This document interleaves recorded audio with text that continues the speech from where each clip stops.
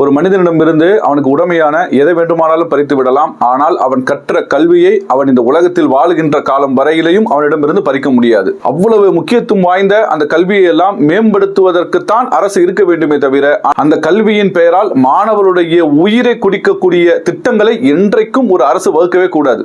ஆனால் தற்பொழுது நம் நாட்டில் அதுதான் நடந்து கொண்டிருக்கிறது. இத்தனை ஆண்டு காலமாக தங்களுடைய 12ஆம் வகுப்பு மதிப்பெண் அடிப்படையில் மருத்துவத்துறைக்கு தேர்ச்சி பெற்றுக் கொண்டிருந்த மாணவர்கள் இத்தனை ஆண்டு காலமாக +2 எடுக்கக்கூடிய மார்க்கில் தான் இன்றைக்கு மருத்துவராகி ரொம்ப கைதேர்ந்த மருத்துவர்கள் எல்லாம் நம் மாநிலத்தில் இருக்கிறார்கள். ஆனால் இந்த நீட் என்ற நுழைவுத் தேர்வை மருத்துவத்துறைக்கு கட்டாயப்படுத்தி அதன் மூலமாக கோச்சிங் சென்டர் என்ற பெயரில் பல லட்சங்கள் கோடிகளை எல்லாம் ஒவ்வொரு நிறுவனமும் அதில் சம்பாதித்துக் கொண்டிருக்கிறது. அத்தனை லட்சங்களை செலவழித்து படிக்க வேண்டிய ஒரு நிர்பந்தத்திற்கு அந்த மாணவர்கள் தள்ளப்படுகின்ற பொழுது, அந்த தேர்விலே அவர்கள் தோல்வி அடைகின்ற பொழுது கடுமையான மன அழுத்தத்திற்கு உண்டாகி தற்கொலை செய்து கொள்ளக்கூடிய நிகழ்வு இந்த நீட் வந்த நாளிலிருந்து நடந்து கொண்டிருக்கிறது. வேற எந்த துறையிலையும் இது போன்று தற்கொலை செய்து மரணிக்கக்கூடிய மாணவர்களை நம்மால பார்க்க முடியல.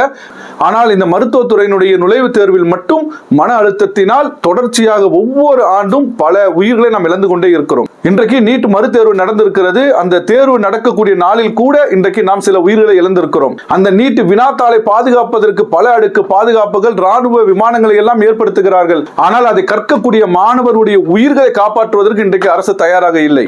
கல்வியிலே முன்னேறிய ஒரு நாடாக நம் நாடு வர வேண்டும் என்று சொல்லி அந்த மாணவர்களுக்கு கல்வியில் அவர்கள் மேம்படுவதற்கு திட்டங்களை வகுப்பதை விட்டுவிட்டு அந்த மாணவர்களை சாகடிக்கக்கூடிய, அந்த மாணவர்கள் மேலே உயர்கல்விக்கு வரக்கூடாது என்று பெரும் முட்டுக்கட்டையாக அரசாங்கம் இருப்பது மிகப்பெரிய கொடுமை. அந்த நீட்டுக்கு எதிராக தமிழகம் கடுமையாக போராடி கொண்டிருக்கிறது. அத்துணை கட்சிகளும் அதை ஒரு மனதாக அந்த நீட்டை எதிர்க்கிறது. சட்டமன்றம் சட்டம் இயற்றுவதற்கு அதிகாரம் படைத்திருக்கக்கூடிய மன்றம் பல முறை தீர்மானங்களை நிறைவேற்றி இருக்கிறது. சரி, விரும்பாத மாநிலங்களுக்கு விலக்கு கூட நாங்கள் அளிக்க மாட்டோம், எத்தனை உயிர்கள் மாண்டாலும் அது எங்களுக்கு கவலை இல்லை, இந்த நீட்டை நடத்துவதிலே உறுதியாக இருக்கிறோம். அதே நேரத்தில் அந்த நீட் என்ற பெயரால் பல கோடிகளை இந்த ஸ்கேம் நடந்து கொண்டிருக்கிறது. கோச்சிங் சென்டர் என்ற பெயரில், இந்த வினாத்தாள் கசிவு என்ற பெயரில் பல கோடி ஸ்கேம் இந்த நீட் பெயரால் நடந்து கொண்டிருக்கிறது. அதையெல்லாம் திட்டமிட்டு அரங்கேற்றக்கூடிய ஒரு அரசாக மத்தியில் ஆளக்கூடிய பாஜக அரசு இன்றைக்கு இருக்கிறது. கண்டிப்பாக இந்த நீட் ஒழிக்கப்பட வேண்டும். நம் தேசத்தினுடைய கல்விக்காக இனி ஒரு உயிர் நம் நாட்டில் இழக்க கூடாது என்பதை நாமும் கடுமையாக வலியுறுத்துகிறோம். அதே நேரத்தில் இந்த கல்வி எந்த அளவுக்கு இன்றைக்கு கேலி பொருளாக மாறி இருக்கிறது என்று சொன்னால், மாணவர்கள் எல்லாம் டிவிகே என்று கோஷம் போடக்கூடிய நிகழ்வுகள் எல்லாம் இன்றைக்கு தமிழகத்தில் பள்ளிக்கூடத்தில் நடந்து கொண்டிருக்கிறது.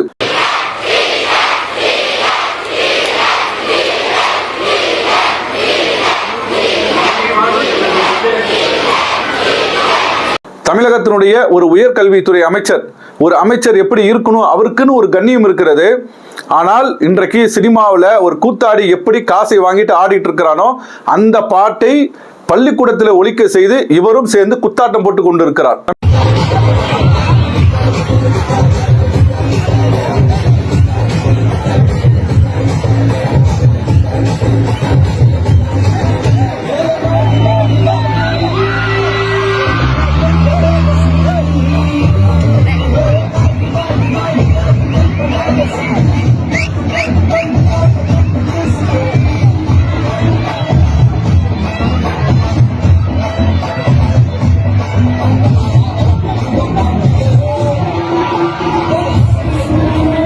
தமிழக வெற்றி கழக கட்சியினுடைய ஒரு பெண் நிர்வாகியோடு ஒரு உயர்கல்வித்துறை அமைச்சர் ஆட்டம் போடக்கூடிய அந்த வீடியோ இன்றைக்கு சமூக ஊடகங்களில் கடுமையான விமர்சனத்தை ஏற்படுத்தி இருக்கிறது.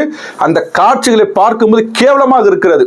கல்வித்துறையினுடைய நிலை எப்படி போய் கொண்டிருக்கிறது, நாளைக்கு நம்ம சமுதாயத்துடைய இளைஞர்கள் என்ன நிலைக்கு ஆளாவார்கள் என்ற அச்சம் இருக்கிறது. இது போன்ற மக்களிடம் இன்னைக்கு சிக்கி சின்ன பின்னமாக சிதைந்து கொண்டிருப்பது இளைஞர் சமுதாயம்தான். இந்த சமுதாயத்தை நல்ல அறிவார்ந்த சமுதாயமாக வார்த்தெடுக்க வேண்டும்.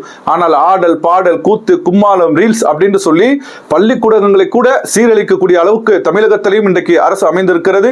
மத்தியில் ஆளக்கூடிய அரசும் இந்த நீட் என்ற பெயரால் கடுமையாக இந்த மாணவ சமுதாயத்தை நாசப்படுத்தி கொண்டிருக்கிறது.